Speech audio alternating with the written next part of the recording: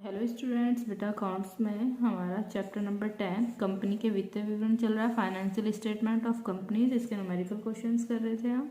ठीक है बेटा, तो चलिए न्यूमेरिकल क्वेश्चंस पर आ जाते हैं। बेटा आज हम इस चैप्टर का क्वेश्चन नंबर 51 करेंगे। कंपनी के निम्नांकित तलपट से 31 दिसंबर 2016 को समाप्त होने वाले वर्ष का लाभानी खाता बनाइए। हमें सिर्फ इसमें लाभानी खाता बनाना है। तलपट दिया हुआ है आपको, देखो बेटा 13 तलपट। तलपट के बाद कुछ समायोजनाएं पढ़ लेते हैं हम, जो समायोजनाएं दी हुई हैं। ठीक है बेटा, वेतन 9,000 और मजदूरी 3,000 अदत्त था। जो वेतन है वो 9,000 और मजदूरी 3,000 अदत्त का मतलब होता है देना बाकी है, वो अभी हमें 3,000 देना बाकी है। किराया और कर 1,500 पूर्व दत्त था। पूर्व दत्त का मतलब होता है जो पहले से ही हमें दे दिया है, तो वो हमारा किराया और दर 1,500 रुपये प्रीपेड है पहले से, जो हमें मिल चुका है। ठीक है, जो अदत्त होता है बेटा उसे प्लस करते हैं, जो पूर्व दत्त होता है उसे माइनस करते हैं। संदिग्ध ऋणों के लिए देनदार पर 5% की दर से प्रावधान कीजिए। जो संदिग्ध ऋणों के लिए बैड डेब्ट्स निकालते हैं हम देनदार पर, उसके लिए 5%, देनदारों पर का 5% निकाल देंगे संदिग्ध ऋणों के लिए। स्वायत्त भवन एवं यंत्र व संयंत्र पर 10% और फर्नीचर एवं मोटर पर 20% हिराश काटनी है। बेटा यहाँ पे डैप लगानी है भवन पर, यंत्र और संयंत्र पर, फर्नीचर और मोटर पर। ठीक है बेटा, जो हिराश होती है वो हमारे लिए खर्चा होती है, क्योंकि हमारी संपत्ति का मूल्य हिराश लगने से कम हो जाता है। फिर 5th पॉइंट है बेटा आपका, संचिति कोष में 15,000 हस्तांतरित करना है। जो संचिति कोष होता है रिजर्व, जनरल रिजर्व में हम जो पैसे ट्रांसफर करते हैं, कितने भी अमाउंट हो वो हम शुद्ध लाभ में से करते हैं। जब तक हमारा शुद्ध लाभ नहीं आएगा तब तक ट्रांसफर नहीं करेंगे, तो उसके लिए पहले शुद्ध लाभ निकालना, और ये संचिति कोष जो होता है वो आर्थिक चिट्ठे में जाता है। ठीक है बेटा, उसके बाद 31 दिसंबर 2016 को रहतिया 60,000 था। जो अंतिम रहतिया का मूल्य दिया हुआ वो है 60,000 रुपये। ठीक है बेटा, तो क्वेश्चन सोल्व करते हैं। सभी अपनी नोटबुक्स निकाल लीजिए।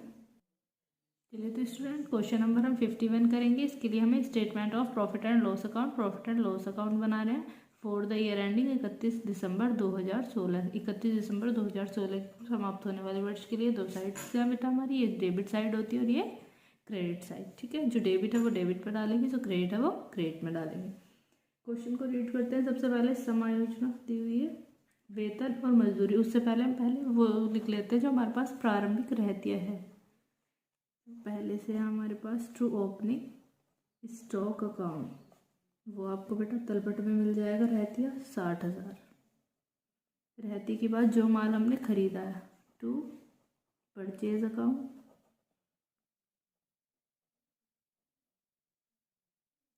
क्रिया दिया हुआ है आपको क्वेश्चन में 8,10,000।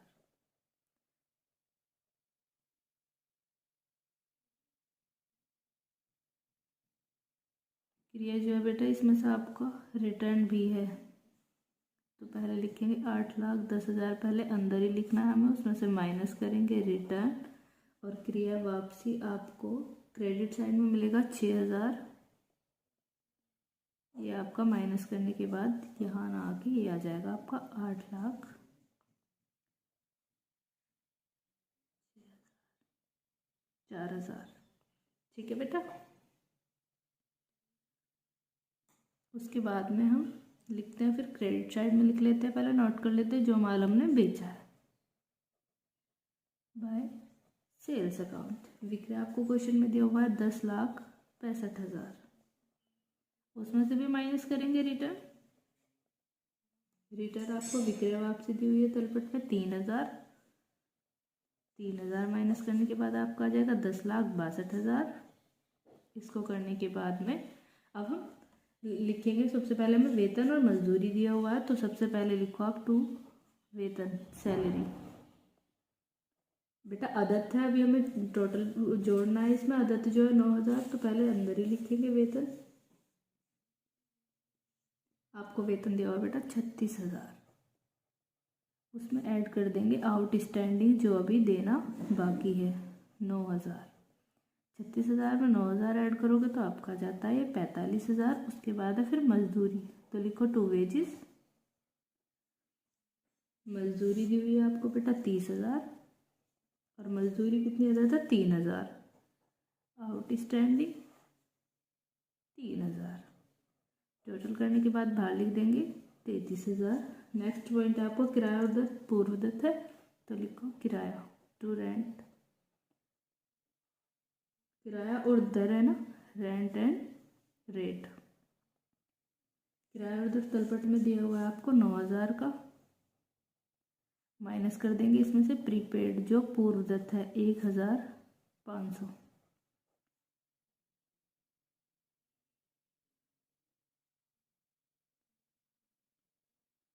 7,500। इसके बाद थर्ड पॉइंट है संदिग्ध ऋणों के लिए देनदारों पर 5% की दर से प्रावधान करना है। तो अशुद्ध ऋण पहले से देखेंगे कि अशुद्ध ऋण क्या हमारे इसमें तलपट में भी दिए हुए हैं जो पहले से अशुद्ध ऋण है नहीं है बेटा, तो आप लिखो डायरेक्ट टू बैड डेब्ट्स। देनदारों पर 5% निकालिए। देनदार आपको क्वेश्चन में दिए हुए हैं 90,000 के, 90,000 पर बेटा आपको 5% निकालना है। 90,000 का बेटा आपको 5% आ जाता है 4,500। इसे पहले हम अंदर ही लिखेंगे, पहले से बैड डेब्ट्स होता है उसे भी इसमें टोटल कर लेते हैं, लेकिन हमारे पास जो ओल्ड प्रोविज़न होता है उसको हम माइनस कर देते हैं। ओल्ड प्रोविज़न क्वेश्चन में दिया हुआ है क्रेडिट साइड में बेटा तलपट में ऋणार्थ संचिति 3,000, तो उसे माइनस कर देंगे जो ओल्ड है, तब जो अमाउंट बचती है 1,500 उसे बाहर लिखेंगे। उसके बाद फोर्थ पॉइंट में बेटा आपको डैप के लिए बताया हुआ है, तो पहले बिल्डिंग पर डैप लगाएंगे। तो डैप ऑन बिल्डिंग, बिल्डिंग देखिए तलपट में कितना दिया हुआ है। बिल्डिंग बेटा आपकी जो तलपट में दी हुई है वो है 4,50,000। 4,50,000 पर जब आप 10% डैप लगाओगे तो आपकी डैप आ जाती है 45,000। 45,000। बिल्डिंग के बाद डैप लगानी है बेटा आपको यंत्र और संयंत्र पर, प्लांट पर, टू डैप ऑन प्लांट। वो आ जाएगी आपकी 30,000। 10% डैप निकालनी है स्टूडेंट्स तो आप निकाल सकते हो। फिर है आपकी डैप जो फर्नीचर पर, तो लिखो to dep on furniture. Furniture पर आपकी डैप बेटा 3,000 आ जाएगी। बाद बेटा आपको डैप मोटर को लगानी है तो टू डैप ऑन मोटर, वो आ जाएगी आपकी 6,000। ठीक है। फिर बेटा आपको बताया हुआ है फिफ्थ पॉइंट में संचिति कोष में 15,000 हस्तांतरित करने, वो हम शुद्ध लाभ से हस्तांतरित करने हैं तो इसको छोड़ देंगे। नेक्स्ट पॉइंट 31 दिसंबर 2016 को रहतिया 60,000 है, तो रहतिया लिखो, ये हमें अंतिम रहतिया दिया हुआ है। अंतिम रहतिया जो होता है वो क्रेडिट साइड में जाता है बाय क्लोजिंग स्टॉक अकाउंट। 60,000 है बेटा आपका, तो 60,000 लिख देंगे। अब हम तलपट में देखते हैं, जो मदे लिखने से रह गई उनको लिखेंगे। तलपट में चलते हैं फर्नीचर, विनियोग, प्राप्य विपत्ति, सब नहीं होगा। रहते हो गया, वेतन हो गया, किराया दर हो गया, बीमा रह गया बेटा इंश्योरेंस। तो इंश्योरेंस हमारा खर्चा है, डेबिट में लिखेंगे टू इंश्योरेंस। वो दिया है बेटा आपको 3,000 इंश्योरेंस के बाद। फिर आपको बताया हुआ है संचालक शुल्क टू डायरेक्टर फीस, ये भी खर्चा है 10,500। उसके बाद बेटा विक्रय वापसी हो गया, क्रिया हो गया, मजदूरी भी हो गया, सामान्य व जनरल एक्सपेंसेस नहीं हुआ है तो लिखिए to general expenses 6,000। General expenses के बाद ढुलाई बेटा, ढुलाई लिखेंगे टू कैरेज